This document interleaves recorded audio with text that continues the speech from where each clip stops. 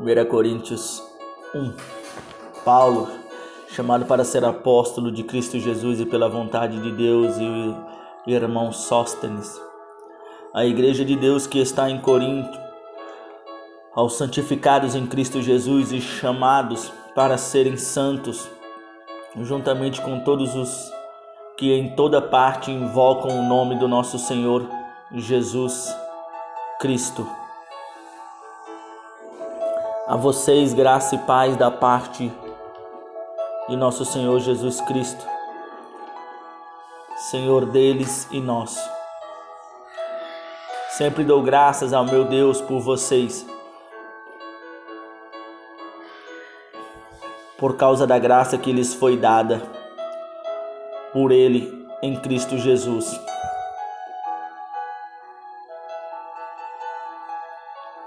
Pois nele vocês foram enriquecidos em tudo isto, em toda palavra e em todo conhecimento,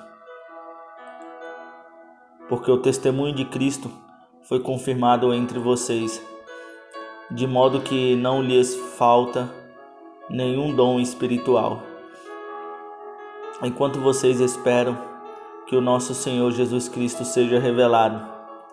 Ele os manterá firmes até o fim, de modo que vocês serão irrepreensíveis no dia de nosso Senhor Jesus Cristo. Fiel é Deus, o qual os chamou à comunhão com seu Filho Jesus Cristo, nosso Senhor.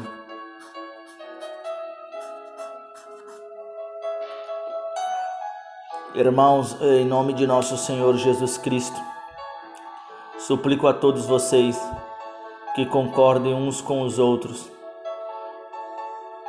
no que falam, para que não haja divisões entre vocês. Antes, que todos estejam unidos num só pensamento e num só parecer.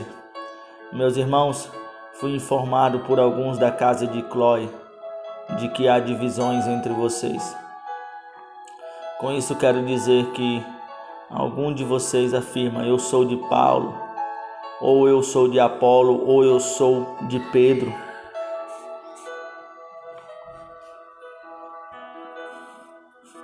Ou ainda eu sou de Cristo. Acaso está dividido Cristo? Foi Paulo crucificado em favor de vocês? Foram vocês batizados em nome de Paulo? Dou graças a Deus porque não batizei nenhum de vocês, exceto Crispo e Gaio, de modo que ninguém pode dizer que foi batizado em meu nome. Batizei também os da casa de Estéfanas. Além destes, não me lembro se batizei alguém mais, pois não me enviou para batizar Cristo Jesus, mas para pregar o Evangelho, não porém com palavras de sabedoria humana, para que a cruz de Cristo não seja esvaziada.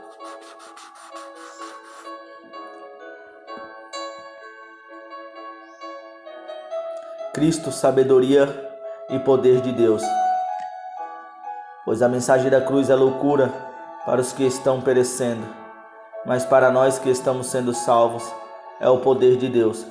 Pois está escrito: destruirei a sabedoria dos sábios e rejeitarei a inteligência dos inteligentes. Onde está o sábio? Onde está o erudito? Onde está o questionador desta era? Acaso não tornou Deus louca a sabedoria deste mundo, visto que na sabedoria de Deus o mundo não o conheceu, por meio da sabedoria humana? Agradou a Deus salvar aqueles que creem por meio da loucura da pregação. Os judeus pedem sinais milagrosos e os gregos procuram sabedoria. Nós, porém, pregamos o Cristo crucificado, o qual de fato é escândalo para os judeus e loucura para os gentios, mas para os que foram chamados, tanto judeus como gregos. Cristo é o poder de Deus e a sabedoria de Deus, porque a loucura de Deus é mais sábia que a sabedoria humana, e a fraqueza de Deus é mais forte que a força do homem. Irmãos, pense no que vocês eram quando foram chamados. Poucos eram sábios segundo os padrões humanos. Poucos eram poderosos, poucos eram de nobre nascimento. Mas Deus escolheu o que para o mundo é loucura, para envergonhar os sábios, e escolheu o que para o mundo é fraqueza, para envergonhar o que é forte. Ele escolheu o que para o mundo é insignificante, desprezado, e o que nada é, para reduzir a nada o que é, a fim de que ninguém se vanglorie diante dele. É, porém, por iniciativa dele que vocês estão em Cristo Jesus, o qual se tornou sabedoria de Deus para nós, isto é, justiça, santidade e redenção, para que, como está escrito, quem se gloriar, glorie-se no Senhor, 2 Coríntios 2. Eu mesmo, irmãos, quando estive entre vocês, não fui com discurso eloquente, nem com muita sabedoria, para lhes proclamar o mistério de Deus. Pois decidi nada saber entre vocês, a não ser Jesus Cristo e este crucificado. E foi com fraqueza, temor e com muito tremor que estive entre vocês. Minha mensagem e minha pregação não consistiram em palavras persuasivas de sabedoria, mas consistiram em demonstração do poder do Espírito,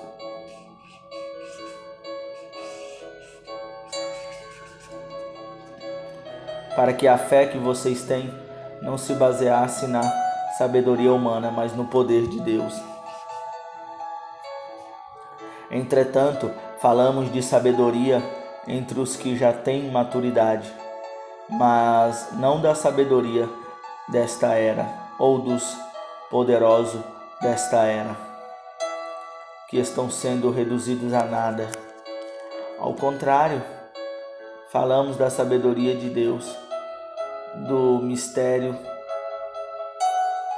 que estava oculto, o qual Deus pré-ordenou antes do princípio das eras, para a nossa glória. Nenhum dos poderosos desta era o entendeu, pois se o tivesse entendido, não teria crucificado o Senhor da glória.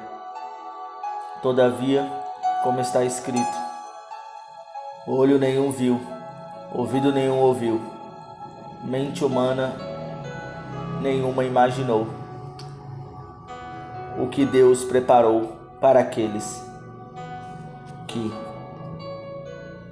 o amam. Mas Deus o revelou a nós por meio do Espírito.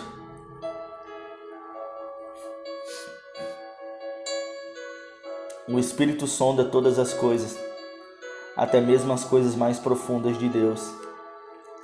Pois quem conhece os pensamentos do homem, a não ser o Espírito do homem que nele está?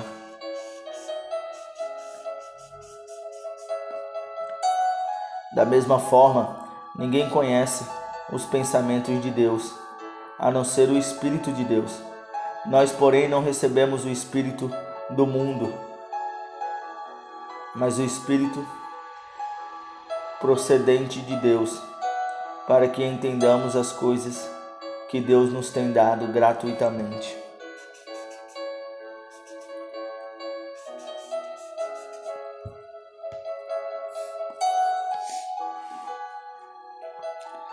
Delas também falamos, não com palavras ensinadas pela sabedoria humana, mas com palavras ensinadas pelo Espírito,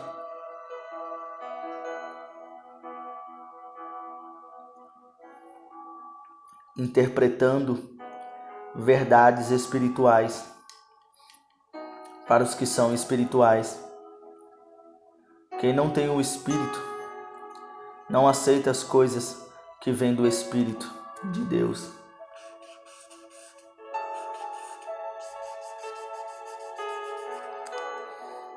Não é capaz de entendê-las porque elas são discernidas espiritualmente. Mas quem é espiritual discerne todas as coisas, e ele mesmo por ninguém é discernido, pois quem conheceu a mente do Senhor para que possa instruí-lo? Nós, porém, temos a mente de Cristo.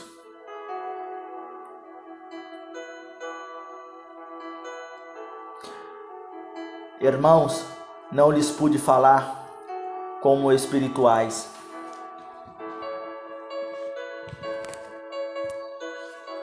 mas como a carnais, como a crianças em Cristo. Dei-lhes leite e não alimento sólido, pois vocês não estavam em condições de recebê-lo. De fato, vocês ainda não estão em condições, porque ainda são carnais. Porque visto que há inveja e divisão entre vocês, não estão sendo carnais e agindo como mundanos?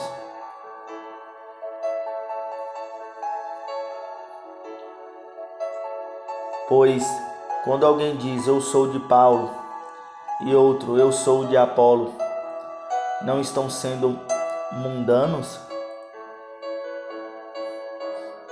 Afinal de contas, quem é Apolo? Quem é Paulo? Apenas servos por meio dos quais vocês vieram a crer, conforme o ministério que o Senhor atribuiu a cada um. Eu plantei, Apolo regou, mas quem é que fez crescer?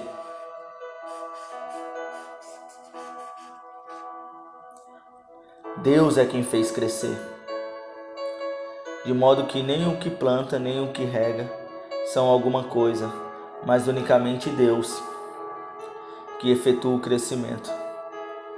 O que planta e o que rega tem um só propósito, e cada um será recompensado de acordo com o seu propósito e o seu trabalho. Pois nós somos cooperadores de Deus. Vocês são lavoura de Deus e edifício de Deus. Conforme a graça de Deus que me foi concedida, eu, como sábio construtor, lancei o alicerce e outro está construindo sobre ele. Contudo, veja, cada um constrói. Contudo, porque ninguém pode colocar outro alicerce além do que já está posto, que é Jesus Cristo. Se alguém constrói sobre este alicerce usando ouro, prata, pedras preciosas, madeira, feno ou palha, sua obra será mostrada, porque o dia atrará a luz, pois será revelada pelo fogo, que provará a qualidade da obra de cada um. Se o que alguém construiu permanecer,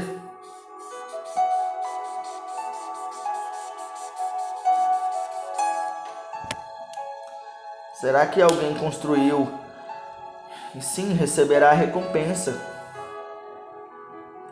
Se o que alguém construiu se queimar, esse sofrerá prejuízo, contudo será salvo, como alguém que escapa através do fogo. Vocês não sabem que são santuários de Deus e que o Espírito de Deus habita em vocês?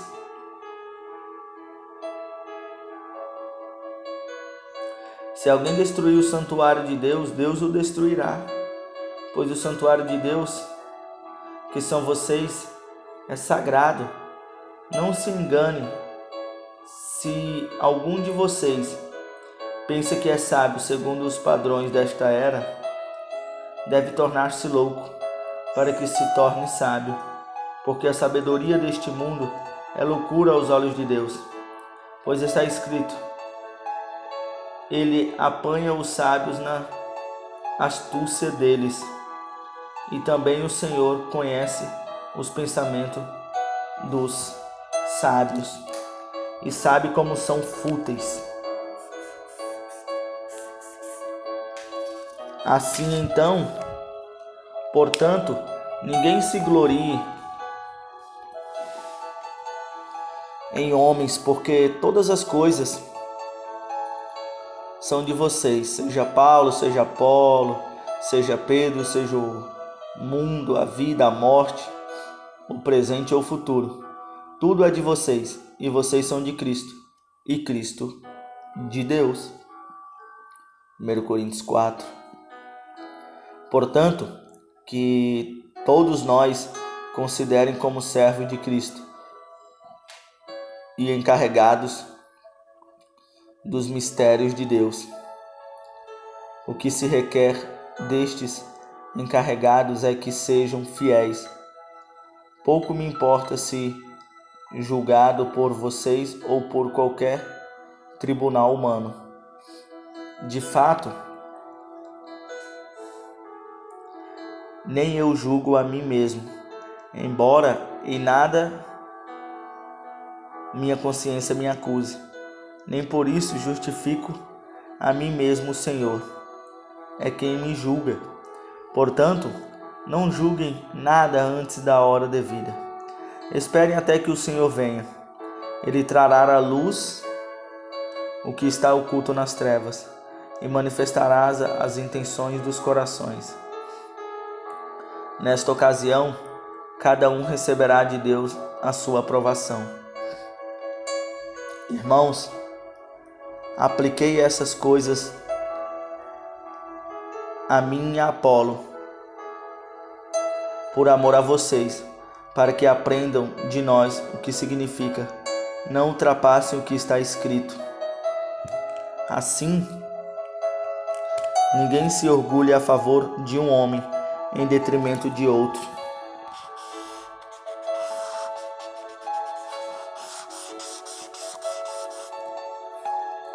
Ninguém se orgulhe a favor de um homem em detrimento do outro, pois quem torna você diferente de qualquer outra pessoa? O que você tem que não tenha recebido? E se o recebeu, por que se orgulha? Como se assim não fosse. Vocês já têm tudo o que querem, já se tornaram ricos, chegaram a ser reis, e sem nós, como eu gostaria que vocês realmente fossem reis, para que nós também reinássemos com vocês. Porque me parece que Deus nos colocou, a nós, os apóstolos, em último lugar como condenados à morte. Viemos a ser um espetáculo para o mundo, tanto diante de anjos como de homens. Nós somos loucos por causa de Cristo, mas vocês são sensatos em Cristo. Nós somos fracos, mas vocês são fortes. Vocês são respeitados, mas nós somos desprezados. Até agora estamos passando fome, sede e necessidade de roupas. Estamos sendo tratados brutalmente. Não temos residência certa e trabalhamos arduamente com nossas próprias mãos. Quando somos amaldiçoados, abençoamos. Quando perseguimos, suportamos. Quando caluniados, respondemos amavelmente. Até agora, nos tornamos a escória da terra e o lixo do mundo. Não estou tentando envergonhá-los ao escrever estas coisas, mas procuro adverti-los como a meus filhos amados. Embora possam ter 10.000 tutores em Cristo, vocês não têm muitos pais, pois em Cristo Jesus eu mesmo os gerei por meio do Evangelho. Portanto, suplico-lhes que sejam meus imitadores. Por essa razão estou lhes enviando Timóteo, meu filho amado e fiel no Senhor, o qual lhes trará à lembrança a minha maneira de viver em Cristo Jesus, de acordo com o que eu ensino por toda parte, em todas as igrejas. Alguns de vocês se tornaram arrogantes, como se eu não fosse mais visitá-los, mas irei muito em breve, se o Senhor permitir.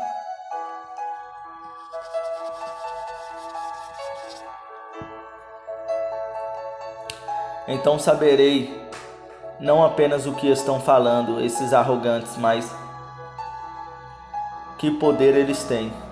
Pois o reino de Deus não consiste em palavras, mas em poder, que é o que vocês querem.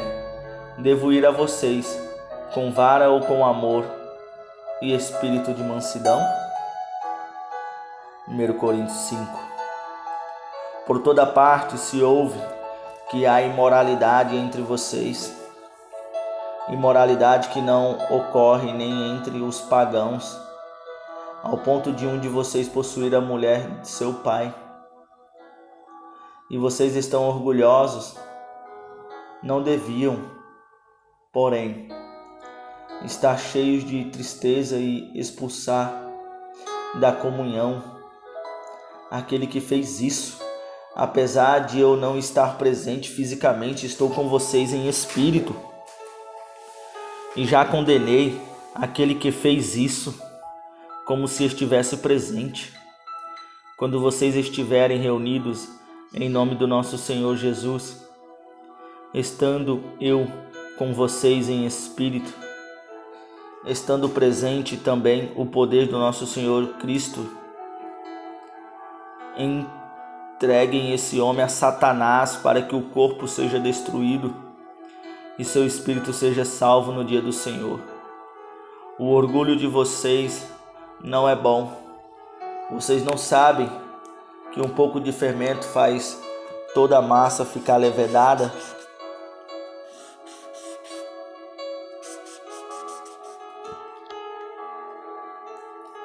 E sem fermento, como realmente são, pois Cristo, nosso Cordeiro Pascal, foi sacrificado, por isso celebramos a festa, não com o fermento velho, nem com o fermento da maldade e da perversidade, mas com os pães sem fermento, os pães da sinceridade e da verdade. Já lhe disse por carta que vocês não devem associar-se com pessoas imorais. Com isso, não me refiro aos imorais deste mundo, nem aos avarentos, mas aos ladrões ou idólatras, se assim vocês precisarem sair deste mundo. Mas agora estou lhes escrevendo que não devem associar-se com qualquer que, dizendo ser irmão, seja imoral,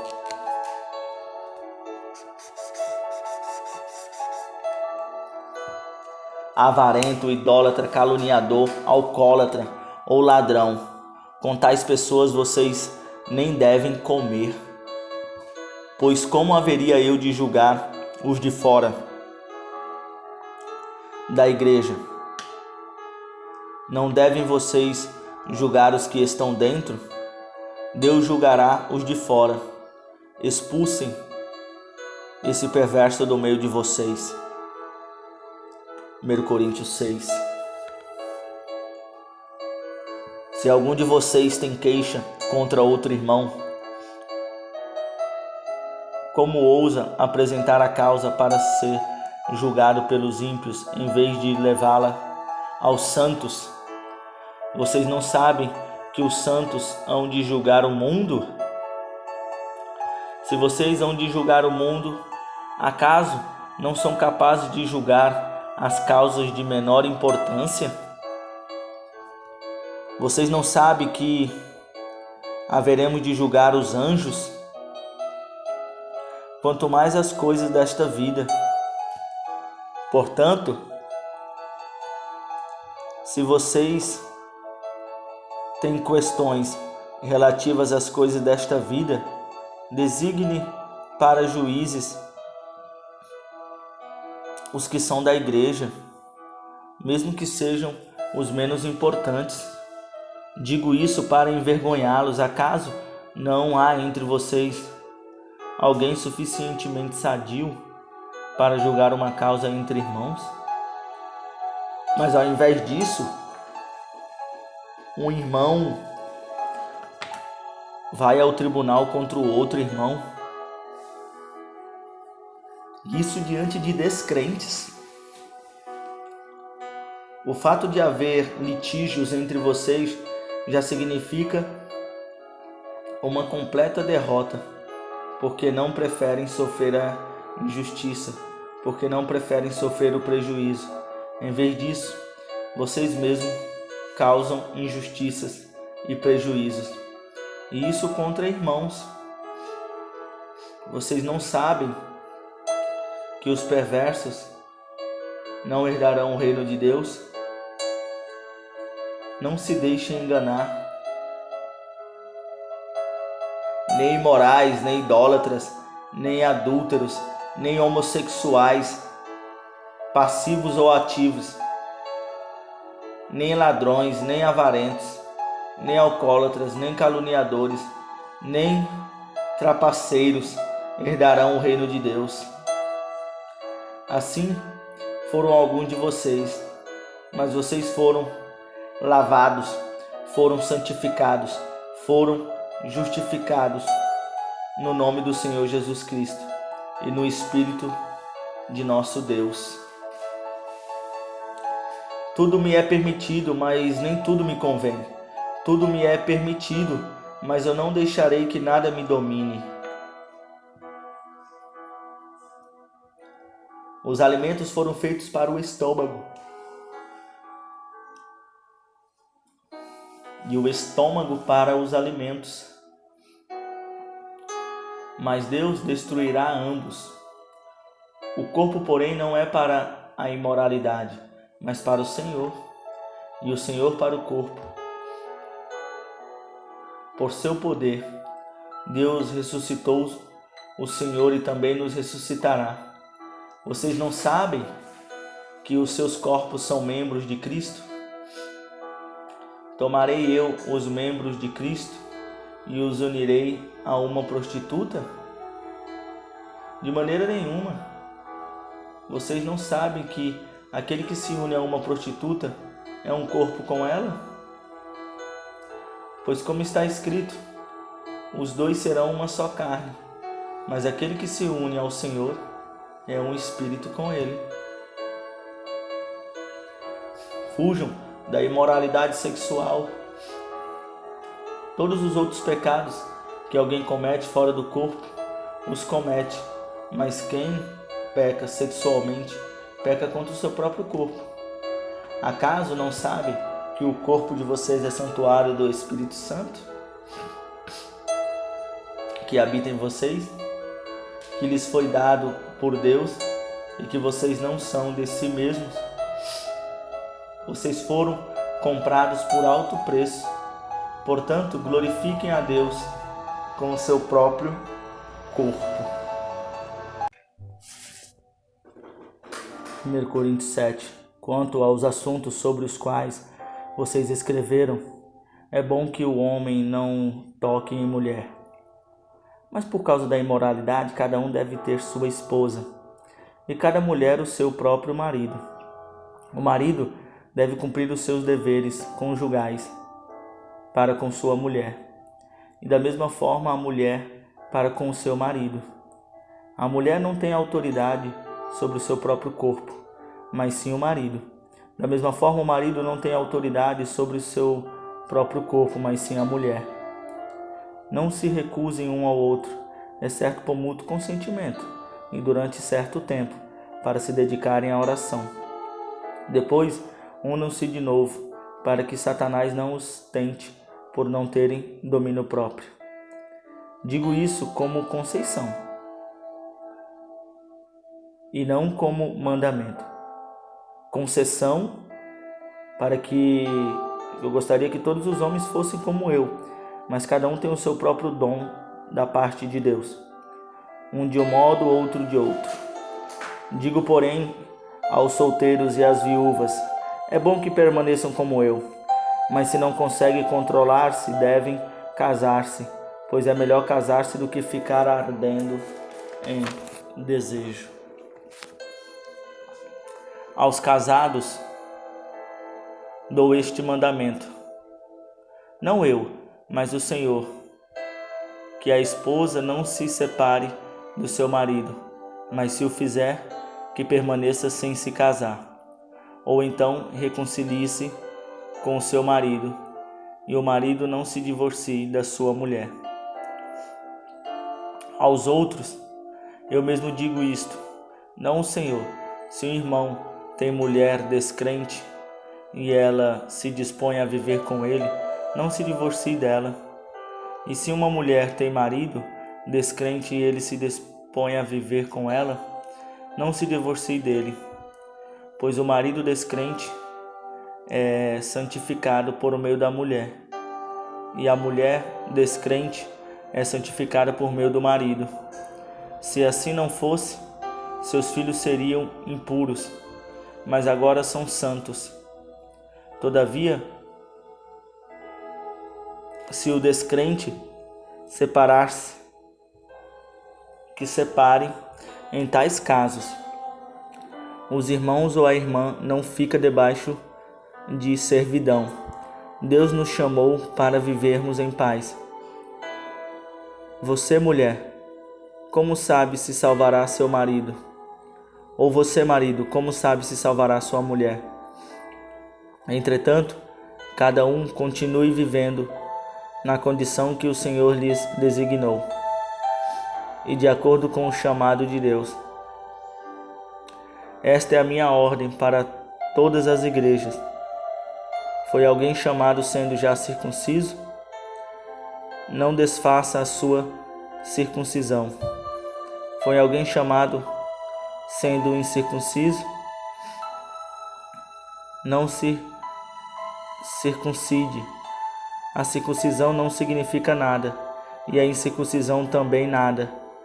É o que importa, é obedecer aos mandamentos de Deus. Cada um deve permanecer na condição em que foi chamado por Deus. Foi você chamado sendo escravo? Não se incomode com isso. Mas se você puder conseguir a liberdade, consiga. Pois aquele sendo escravo foi chamado pelo Senhor, é liberto e pertence ao Senhor. Semelhantemente, aquele que era livre quando foi chamado é escravo de Cristo. Vocês foram comprados por Cristo. Vocês foram comprados por um alto preço. Não se tornem escravos de homens. Irmãos, cada um deve ser e permanecer diante de Deus na condição em que foi chamado. Quanto às pessoas virgens, não tenho mandamento do Senhor, mas do meu parecer, como alguém que pela misericórdia de Deus é digno de confiança. Por causa dos problemas atuais, penso que é melhor o homem permanecer como está. Você está casado? Não procure separar-se. Está solteiro? Não procure esposa. Mas se vier a casar-se, não cometa pecado. E se uma virgem se casar, também não comete pecado. Mas aqueles que se casarem enfrentarão muitas dificuldades na vida. E eu gostaria de poupá-los disso. O que quero dizer é que o tempo é curto. De agora em diante, aqueles que têm esposa vivam como se não tivessem. Aqueles que choram como se não chorassem. Os que estão felizes como se não estivessem, os que compram algo como se nada possuíssem, os que usam as coisas do mundo como se não as usassem, porque a forma presente deste mundo está passando. Gostaria de vê-los livres de preocupações. O homem que não é casado preocupa-se com as coisas do Senhor.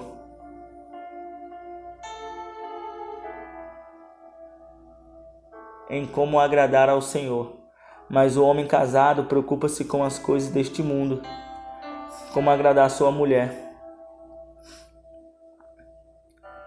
Está dividido, tanto a mulher não casada como a virgem, preocupando-se com as coisas do Senhor, para serem santas no corpo e no espírito.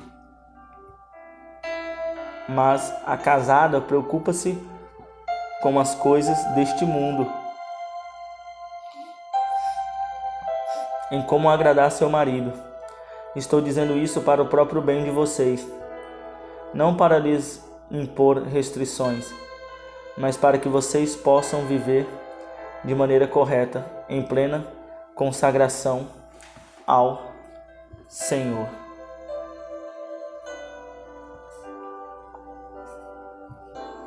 Se alguém acha que está agindo de forma indevida diante da virgem de quem está noivo, que ela está passando da idade achando que deve se casar, faça como achar melhor. Com isso não peça. Case-se, contudo, o homem que decidiu firmemente em seu coração que não se sente obrigado, mas tem controle sobre sua própria vontade e decidiu não se casar com a virgem, este também faz bem. Assim, aquele que se casa com a virgem faz bem, mas aquele que não se casa faz melhor. A mulher está ligada ao seu marido enquanto ele viver, mas se o seu marido morrer, ela estará livre para se casar com quem quiser, contando que ele pertence ao Senhor. Em meu parecer, ela será mais feliz se permanecer como está. E penso que também tem o Espírito de Deus. 1 Coríntios 8. Com respeito aos alimentos sacrificados aos ídolos, sabemos que temos o conhecimento. O conhecimento traz orgulho, mas o amor edifica. Quem pensa conhecer alguma coisa ainda não conhece como deveria. Mas quem ama a Deus, este é conhecido por Deus. Portanto, em relação ao alimento sacrificado aos ídolos, sabemos que o ídolo não significa nada no mundo e que só existe um Deus.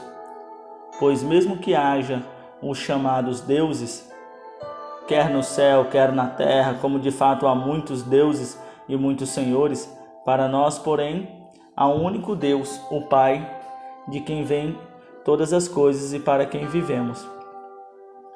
E um só Senhor, Jesus Cristo, por meio de quem vieram todas as coisas e por meio de quem vivemos.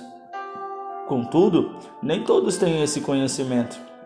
Alguns, ainda habituados com os ídolos, comem esse alimento como se fosse um sacrifício idólatra. E como a consciência deles é fraca, fica contaminada. A comida, porém, não nos torna aceitáveis diante de Deus. Não seremos piores se não comermos, nem melhores se comermos. Contudo, tenham cuidado para que o exercício da liberdade de vocês não se torne uma pedra de tropeço para os fracos. Pois se alguém que tem a consciência fraca vir você que tem este conhecimento comer algum em um templo dos ídolos, não será induzido a comer o que foi sacrificado a ídolos? Assim, irmão, esse que é fraco, por quem Cristo morreu, é destruído por causa do conhecimento que você tem. Quando você peca contra seus irmãos, dessa maneira, ferindo a consciência fraca deles, peca contra Cristo. Portanto, se aquilo que eu como leva o meu irmão a pecar, nunca mais comerei carne, para não fazer meu irmão tropeçar. 1 Coríntios 9. Não sou livre? Não sou apóstolo? Não vi Jesus, nosso Senhor? Não são vocês resultados do meu trabalho no Senhor? Ainda que eu não seja apóstolo para outros, certamente o sou para vocês, pois vocês são o selo do meu apostolado no Senhor. Esta é a minha defesa diante daqueles que me julgam. Não temos nós o direito de comer e beber? Não temos nós o direito de levar conosco uma esposa crente como fazem os outros apóstolos?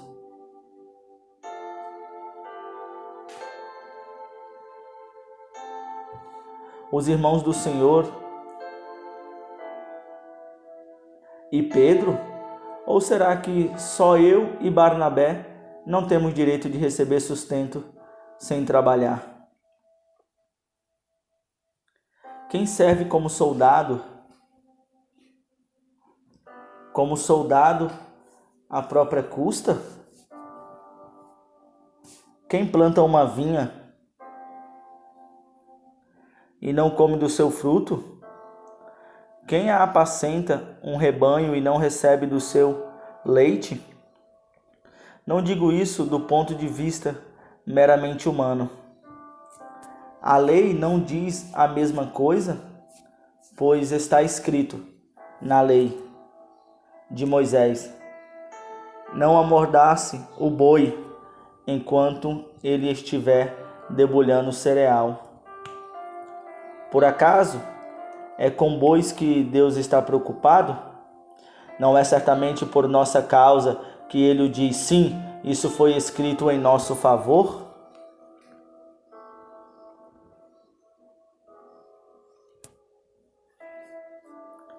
O lavrador, quando ara, e o debulhador, quando debulha, devem fazê-lo na esperança de participar da colheita. Se entre vocês semeamos coisas espirituais, seria demais colhermos de vocês coisas materiais? Se outros têm direito de ser sustentados por vocês, não o temos nós ainda mais? Mas nós nunca usamos desse direito. Ao contrário, suportamos tudo para não colocar obstáculo algum ao Evangelho de Cristo. Vocês não sabem que aqueles que trabalham no templo alimentam-se das coisas do templo? E que os que servem diante do altar participam do que é oferecido no altar? Da mesma forma, o Senhor ordenou aqueles que pregam o Evangelho que vivam do Evangelho.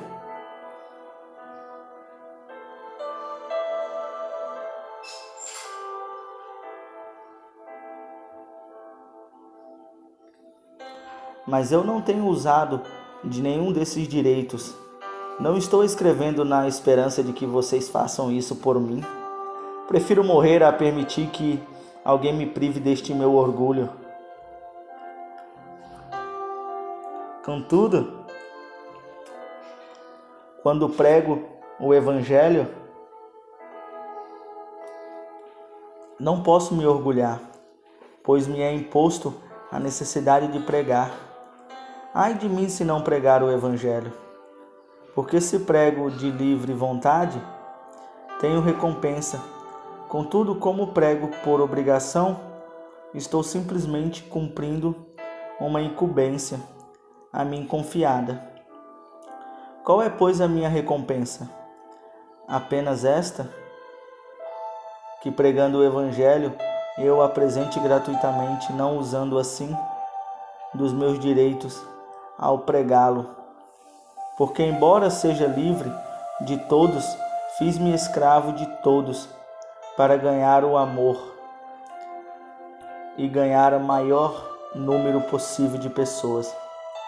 Tornei-me judeu para os judeus, a fim de ganhar os judeus. Para os que estão debaixo da lei, tornei-me como se estivesse sujeito à lei, embora eu mesmo não esteja debaixo da lei, a fim de ganhar os que estão debaixo da lei. Para os que estão sem lei, tornei-me como sem lei, embora não esteja livre da lei de Deus, e assim sobre a lei de Cristo, a fim de ganhar os que não têm a lei.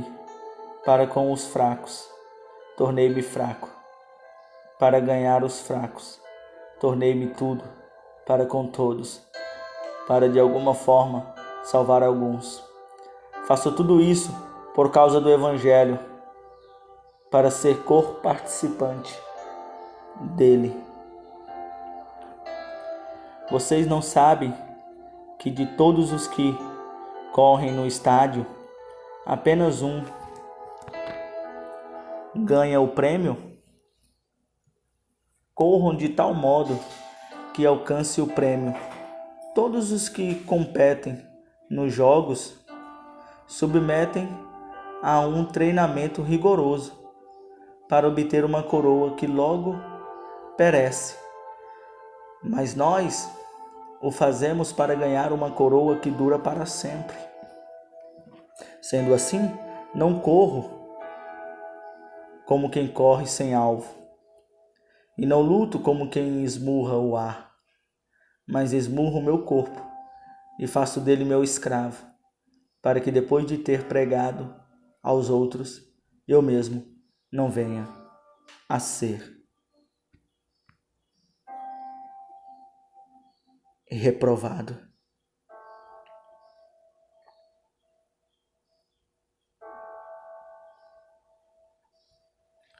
1 Coríntios 10.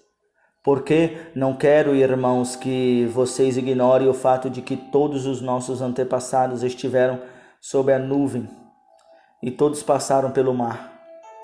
Em Moisés, todos eles foram batizados na nuvem e no mar. Todos comeram do mesmo alimento espiritual e beberam da mesma bebida espiritual, pois bebiam da rocha espiritual que os acompanhava. Essa rocha era Cristo. Contudo, Deus não se agradou da maioria deles, por isso os seus corpos ficaram espalhados no deserto. Essas coisas ocorreram como exemplos para nós, para que não cobicemos coisas más, como eles fizeram. Não sejam idólatras, como alguns deles foram, conforme está escrito. O povo se assentou para comer e beber, e levantou-se para se entregar à farra. Não pratiquemos imoralidade como alguns deles fizeram, e num só dia morreram 23.000. Não devemos pôr o Senhor à prova, como alguns deles fizeram, e foram mortos por serpentes. E não se queixem, como alguns deles se queixaram, e foram mortos pelo anjo destruidor. Essas coisas aconteceram a eles como exemplos e foram escritas como advertência para nós, sobre quem tem chegado o fim dos tempos. Assim, aquele que julga estar firme, cuide-se para que não caia.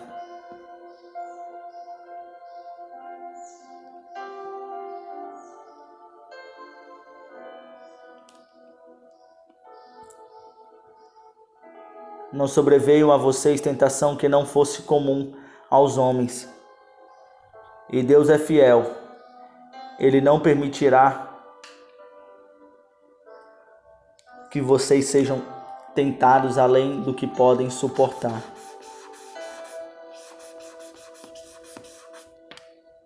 Mas quando forem tentados, Ele mesmo lhes providenciará um escape para que o possam suportar. Por isso, meus amados irmãos, fujam da idolatria. Estou falando a pessoas sensatas. Julguem vocês mesmos o que estou dizendo. Não é verdade que o cálice da bênção que abençoamos é uma participação no sangue de Cristo e que o pão que permitimos é uma participação no corpo de Cristo? Como há somente um pão, nós que somos muitos somos um corpo, pois todos participamos de um único pão.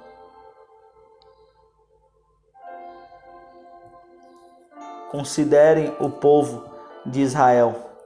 Os que comem dos sacrifícios não participam do altar? Portanto, o que estou querendo dizer? Será que o sacrifício oferecido a um ídolo é alguma coisa? Ou o ídolo é alguma coisa? Não.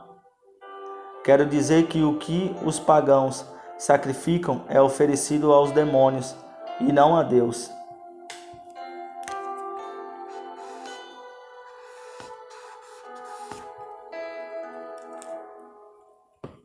E não quero que vocês tenham comunhão com os demônios.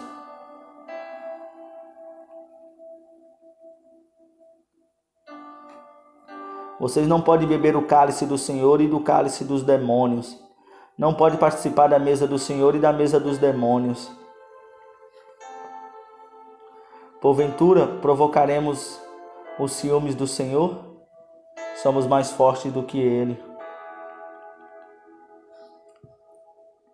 Tudo é permitido, mas nem tudo convém. Tudo é permitido, mas nem tudo edifica. Ninguém deve buscar o seu próprio bem, mas sim o dos outros. Comam de tudo o que se vende no mercado, sem fazer perguntas por causa da consciência, pois do Senhor é a terra e tudo o que nela existe. Se algum descrente o convidar para uma refeição e você quiser ir, coma de tudo o que lhe for apresentado, sem nada perguntar, por causa da consciência. Mas se alguém lhe disser, isso foi oferecido em sacrifício, não coma, tanto por causa da pessoa que o comentou, como da consciência, isto é, da consciência do outro, e não da sua própria. Pois, por que minha liberdade deve ser julgada pela consciência dos outros? Se participo da refeição com ação de graças, por que sou condenado por algo pelo qual dou graças a Deus? Assim, quer vocês comam, bebam ou façam qualquer outra coisa, façam tudo para a glória de Deus. Não se torne motivo de tropeço, nem para judeus, nem para gregos, nem para a igreja de Deus. Também eu procuro agradar a todos de todas as formas, porque não estou procurando o meu próprio bem, mas o bem de muitos, para que sejam salvos. 1 Coríntios 11. Tornem-se meus imitadores como eu sou de Cristo. Eu os elogio por se lembrarem de mim em tudo e por se apegarem às tradições exatamente como eu as transmiti a vocês. Quero, porém, que entendam que o cabeça de todo homem é Cristo e o cabeça da mulher é o homem.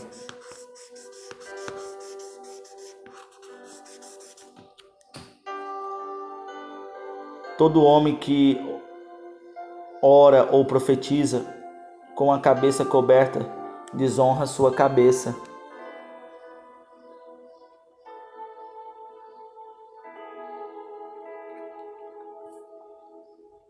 E toda mulher que ora ou profetiza com a cabeça descoberta desonra sua cabeça, pois é como se estivesse rapada. Se a mulher não cobre a cabeça, deve também cortar o cabelo. Se, porém, é vergonhoso para a mulher ter o cabelo cortado ou rapado, ela deve cobrir a cabeça. O homem não deve cobrir a cabeça, visto que ele é a imagem e glória de Deus, mas a mulher é glória do homem.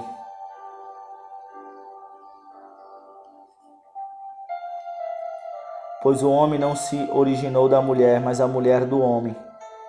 Além disso, o homem não foi criado por causa da mulher, mas a mulher por causa do homem. Por essa razão, e por causa dos anjos, a mulher deve ter sobre a cabeça um sinal de autoridade.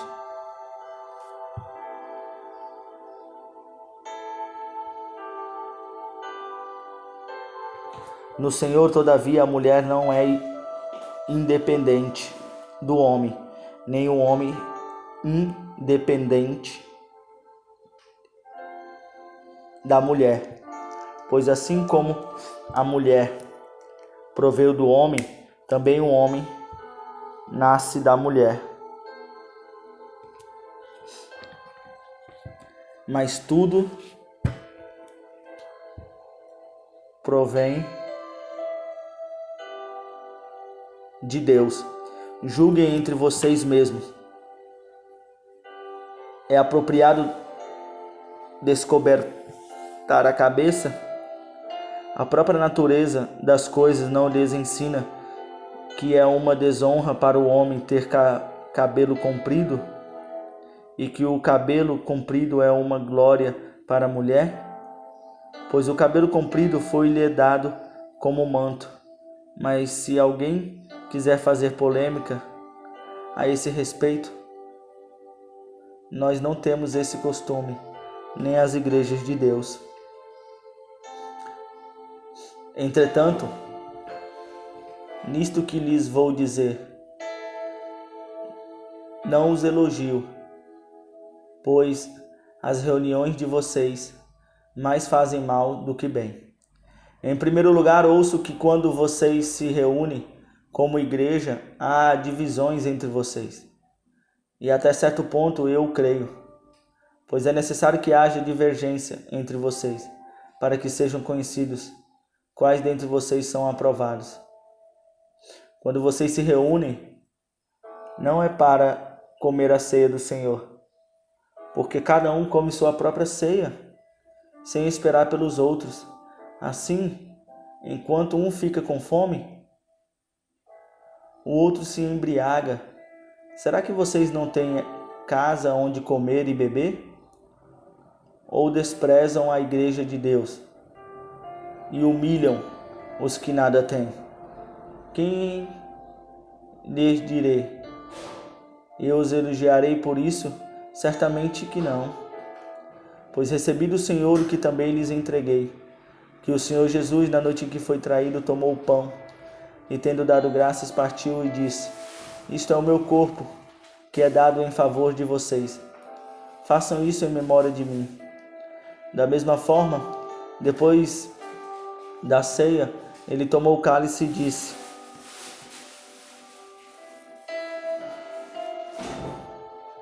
Esta é a nova aliança no meu sangue. Façam isso sempre que o beberem em memória de mim.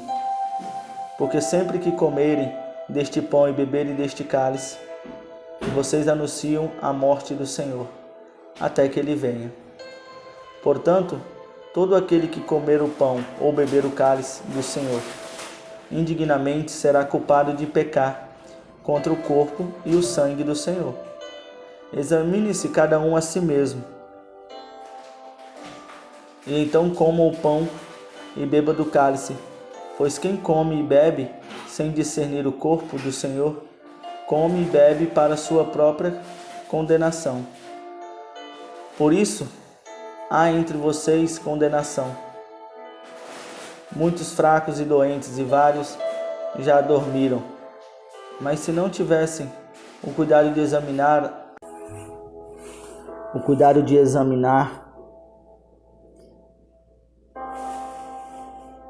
a nós mesmos, não receberíamos juízo. Quando, porém, somos julgados pelo Senhor, estamos sendo disciplinados para que não sejamos condenados com o mundo.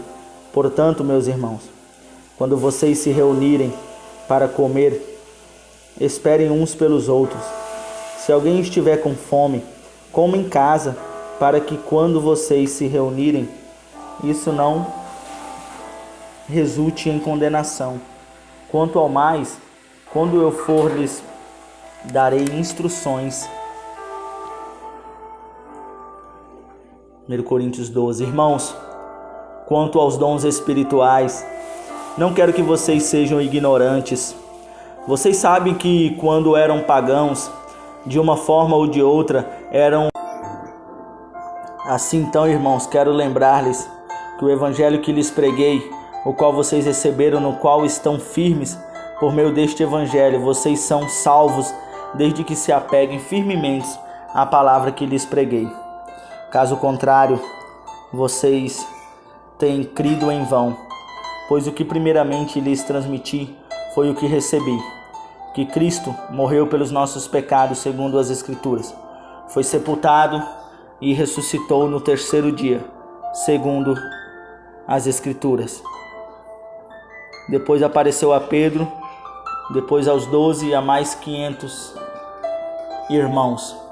Depois apareceu a Tiago, então a todos os apóstolos. Depois destes apareceu também a mim, como um que nasceu fora do tempo, pois sou o menor dos apóstolos, e nem sequer mereço ser chamado apóstolo, porque persegui a igreja de Deus.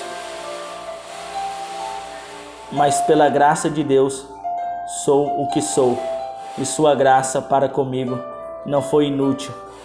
Trabalhei mais do que todos eles, contudo não eu, mas a graça de Deus comigo. Portanto, quer tenha sido eu, quer tenha sido eles, é isto que pregamos, é isto que vocês creram.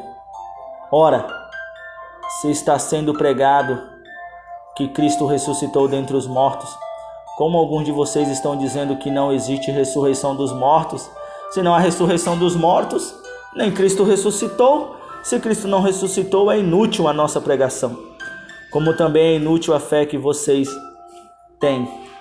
Mais que isso, seremos considerados falsos testemunhas de Deus. Contra ele testemunhamos que ressuscitou Cristo dentre os mortos. Mas se de fato os mortos não ressuscitaram, eles também não ressuscitou a Cristo, pois se os mortos não ressuscitam, nem mesmo Cristo ressuscitou. E se Cristo não ressuscitou, inútil é a fé que vocês têm. Se somente cremos para esta vida e temos esperança somente aqui dos homens, de todos os homens, somos os mais dignos de compaixão. Mas de fato Cristo ressuscitou dentre os mortos, sendo ele as primícias dentre aqueles que dormiram, visto que a morte veio por meio de um só homem, também a ressurreição dos mortos. Pois é necessário que ele reine até que todos os seus inimigos sejam postos debaixo dos seus pés. O último inimigo a ser destruído é a morte, porque ele tudo sujeitou debaixo de seus pés. Ora, quando se diz que tudo lhe foi sujeito, fica claro que isso não inclui o próprio Deus, que tudo submeteu a Cristo.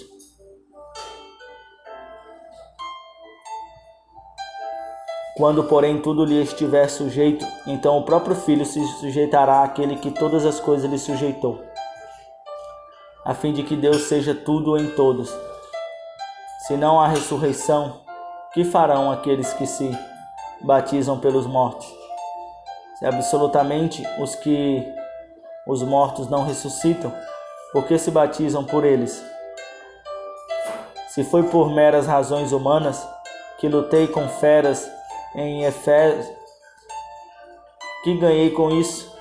Se os mortos não ressuscitam, comamos e bebemos, porque amanhã morreremos. Não se deixe enganar, as más companhias corrompem. os bons costumes. Como justos, recuperem o bom senso e parem de pecar, pois alguns aqui não têm conhecimento de Deus. Digo isso para a vergonha de vocês. Mas alguém pode perguntar: como ressuscitam os mortos? Com que espécie de corpo virão? Insensato! O que você semeia não nasce, a não ser que morra. Quando você semeia, não semeia o corpo que vira a ser, mas apenas uma simples semente, como de trigo ou de alguma outra coisa. Mas Deus lhes dá um corpo, como determinou, e a cada espécie de semente dá o seu corpo. Nem toda carne é a mesma. Os homens têm uma espécie de carne, os animais têm outra, as aves outras e os peixes outra. Há corpos celestes, há também corpos terrestres, mas o esplendor dos corpos celestes é um, e o dos corpos terrestres é outro. Um é o esplendor do sol, o outro da lua e o outro das estrelas. E as estrelas diferem em esplendor umas das outras. Assim será com a ressurreição dos mortos. O corpo que é semeado e é perecível, e ressuscita imperecível, e semeado em desonra e ressuscitado em glória. É semeado em fraqueza e ressuscitado em poder. É semeado um corpo natural e ressuscitado um corpo espiritual. Se há corpo natural, há também corpo espiritual. Assim está escrito: o primeiro homem, Adão, tornou-se um ser vivente. O último Adão, o espírito vivificante. Não foi o espiritual que veio antes, mas o natural depois dele. O espiritual, o primeiro homem, era do pó da terra. O segundo homem dos céus. Os que são da terra são semelhantes ao homem terreno. Os que são dos céus, ao homem celestial. Assim como tivemos a imagem do homem terreno, teremos também a imagem do homem celestial. Irmãos, eu lhes declaro que carne e sangue não podem herdar o reino de Deus. Nem o que é perecível pode herdar o imperecível. Eis que eu lhes digo um mistério: nem todos dormiremos, mas todos seremos transformados. No momento, no abrir e fechar de olhos, ao som da última trombeta, pois a trombeta soará, os mortos ressuscitarão, incorruptíveis, e nós seremos transformados, pois é necessário que aquilo que é corruptível se revista de incorruptibilidade, e aquilo que é mortal se revista de imortalidade. Quando, porém, o que é corruptível se revestir de incorruptibilidade, e o que é mortal de imortalidade, então se cumprirá a palavra que está escrita: a morte foi destruída pela vitória. Onde está, ó morte, a sua vitória? Onde está, ó morte, o seu arguilhão? O arguilhão da morte é o pecado, e a força do pecado é a lei. Mas graças a Deus que nos dá vitória por meio de nosso Senhor Jesus Cristo. Portanto, meus amados irmãos, mantenham-se firmes e que nada os abale. Sejam sempre dedicados à obra do Senhor, pois vocês sabem que no Senhor o trabalho de vocês não será inútil. 1 Coríntios 16.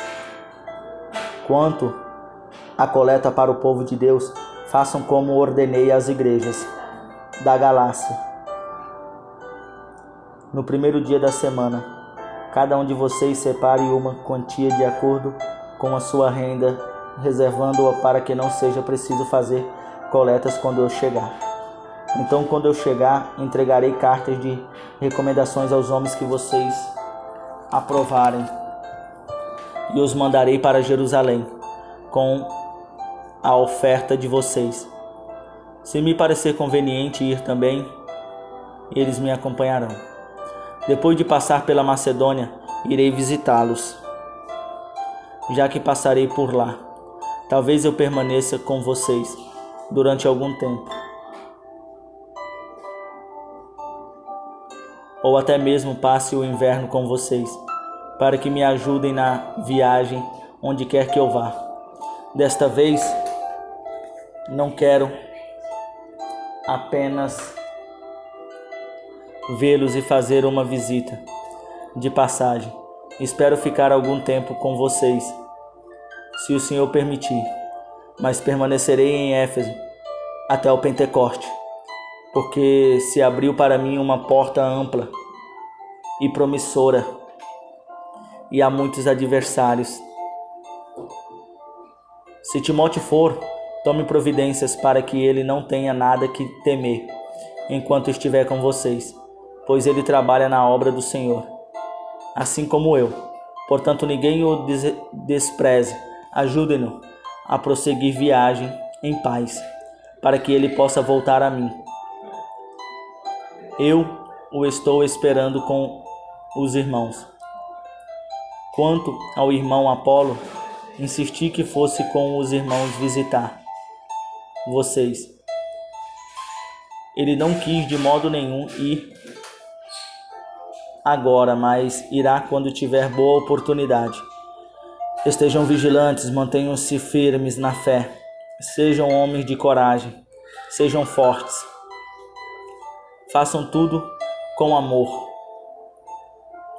Vocês, perfeito, sabem que os da casa de Estefanas foram o primeiro fruto da Acaia e que eles têm se dedicado ao serviço dos santos. Recomendo-lhes, irmãos, que se submetam a pessoas como eles e a todos os que cooperam e trabalham conosco. Alegrei-me com a vinda de Estefanas, Fortunato e Acaico, porque eles supriram o que estavam faltando da parte de vocês. Eles trouxeram alívio ao meu espírito e ao de vocês. Também valorizem homens como estes. As igrejas da província da Ásia enviam-lhe saudações.